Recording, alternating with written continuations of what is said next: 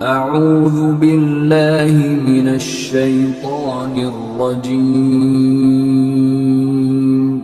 بسم اللہ الرحمن الرحیم۔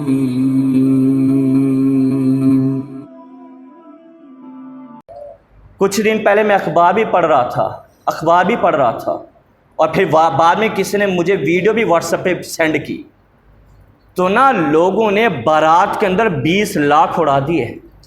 بارات کے اندر نا، یہ ناروال کی بات ہے، اس سائڈ کی گجرات کی بات ہے کہ بارات میں 20 لاکھ اڑا دیے۔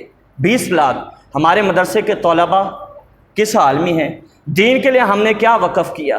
پھر اتنا پیسہ اس طریقے سے آپ لٹا رہے ہو، کبھی گھروں میں اپنے محلے میں تو پھرولو نا۔ تمہارے محلے میں کتنے غریب ہیں، تمہارے محلے کے اندر کتنی بیوائیں ہیں، تمہارے محلے کے اندر ہی کتنے وہ لوگ ہیں جو ہاتھ نہیں پھیلاتے، بھوکے سو جاتے ہیں، لیکن ایسوں کا خیال نہیں ہے۔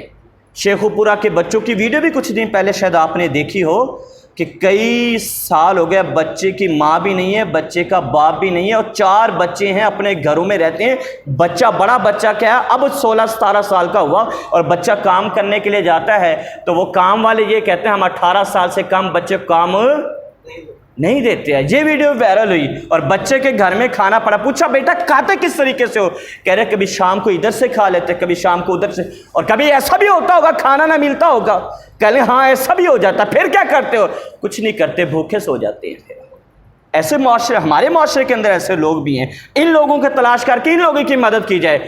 اور اجمل رضا قاری صاحب کہتے ہیں کہ مجھ سے کسی ٹیچر نے کہا، پیسے والا بھی کہنے لگا کہ مجھے سکون نہیں ہے، تو کہنے لگے میں نے اسے وظیفہ بتایا۔ آج تو وظیفہ ہم یہ پڑھتے رہتے ہیں نا، یہ تو آسان ہے۔ کہنے میں نے اسے جو وظیفہ بتایا وہ یہ تھا کہ کسی غریب بچے کا کھانا اپنے ذمہ لے لے، پھر دیکھ سکون کیسے ملتا ہے تو۔